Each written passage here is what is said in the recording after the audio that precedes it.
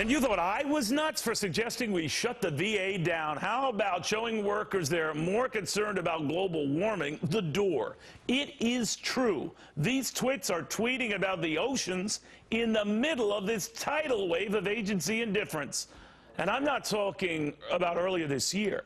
I'm talking earlier this week. Like yesterday, the Department of Veteran Affairs tweeting about the world's oceans and how they're under threat from overfishing and pollution. Can you believe these Moby Dicks who would sooner say flipper than give a flip about the very real human beings under their care? No wonder Montel said go to hell to the VA, dump it and fix it now. What fills its void? What happens? Immediately. Are you ready for this? I said it the first time. It's real simple. The President of the United States, with not even an executive order, can just say to every one of the Surgeon Generals, open up the active duty medical facilities, DOD facilities across the board, and then also use the National Health Corps facilities right now to fill in the void to end the backlog. What if they're full already? They're not. Well, that back and forth sparking hundreds of tweets, all using the hashtag Cavuto line, and it went like this. Just a few for you. Leaving men behind is the same as leaving vets untreated after serving the country. Another. Now, not tomorrow, now before one more aircraft lifts off for Iraq yet again. Still this. Fire them all and start fresh. Runner writes, stop throwing more of my tax dollars at a broken system. Notice a trend? None worrying about the ocean, all worried about what we're doing to our vets. Incredible. And let's just say, concerned vets for America's Jessie Jane Duff isn't at all surprised, but the retired Gunnery Sergeant of the U.S. Marines says it is time to address this now. Very good to have you back, Jane. What did you make of this latest development that apparently they have time at the VA to talk about global warming? Very little time to cut the wait time for vets.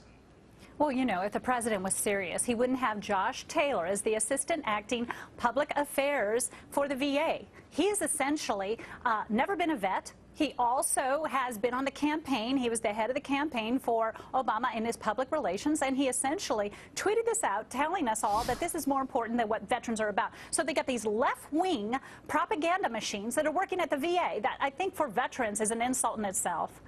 You know what I'm thinking? I guess it started with the State Department talking about this push for global warming, and now the president's now trying to expand sort of a protective area for everything from dolphins to whales to fish that are vulnerable to becoming extinct, way past the traditional bounds of the U.S. And then every agency could sign on with a sympathetic tweet. But then these twits at the VA, who you'd think would have, you know, more worries for the time being, start, you know, glomming on here. How stupid can they be? Oh, well, obviously they're not dumb enough, because Brandon Freeman, who used to work for the VA and has always been a propaganda machine for the VA, he's actually attacked me on Twitter. He knows out housing and urban development, but he tweeted that Bergdahl's teammates over in Afghanistan were all psychopaths. And actually, Fox News went after him for that. Brandon Freeman, I'm sorry, you know, now he's at Housing and Urban Development, but he was up to 2012 with the VA. So they have a history of these left-wing propaganda machines working for the VA. I'm serious. We need to start recognizing that there are dead men and women out there as a result of the VA's lack of care. And it's far more than those that we have seen reported, because we can't even prove how many of these have missed appointments, have actually ended up dying as a result of the lack of the VA care. Well, the one thing we do know is that a number of people have been offered this job, including the head of the Cleveland Clinic, to mention a few, and no one wants it. Now, I can understand until we reconcile this legislation that came out of the Senate and the House that will call for tougher standards and maybe the ability to reprimand, if not fire, more of these workers, you'll get some more. But the fact of the matter is, they don't want to walk into a job which their hands will be tied and then they'll be blamed.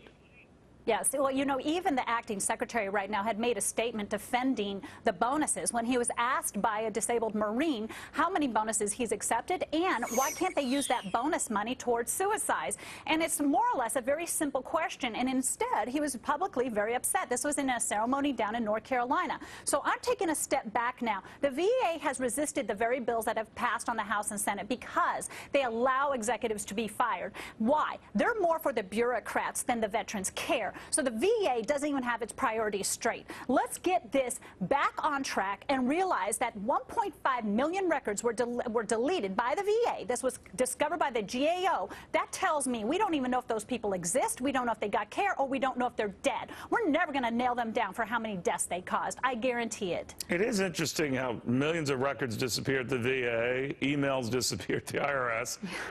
It does have a sort of a Keystone Cops feel to it. I don't care where you are politically. You have to be insulted just as a taxpayer what's going on here, and especially as an American, how we're treating our veterans, you know. Yes, when a records start evaporating by your own government that you have trusted, I think you need to question your trust. Too big of a government allows people to be overrun and not enable themselves to take care of themselves. We have a government monopoly on this. All right, Jessie Jane Duff, we have to keep meeting under these circumstances because there must be some good news out there. But this latest thing about worrying about Flipper in the middle of all the other stuff going on, too incredible. Thank you. Always good seeing you. And thank you very much, Neil.